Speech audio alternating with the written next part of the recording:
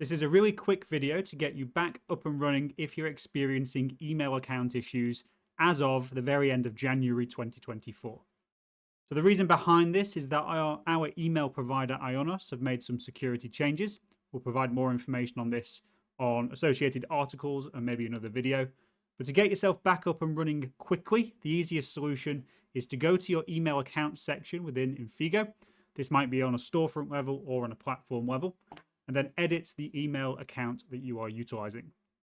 Now, what you need to do, you may have an email address here, which is the one you actually want to appear to your customers on your email. Now, with these security updates that Ionos have implemented, this is no longer possible. So you need to have the actual user email address that you have listed here, which for you is probably an infigomail.net account. You just need to copy that and paste it into here. So those two need to match. Save that, and then the issue should be resolved.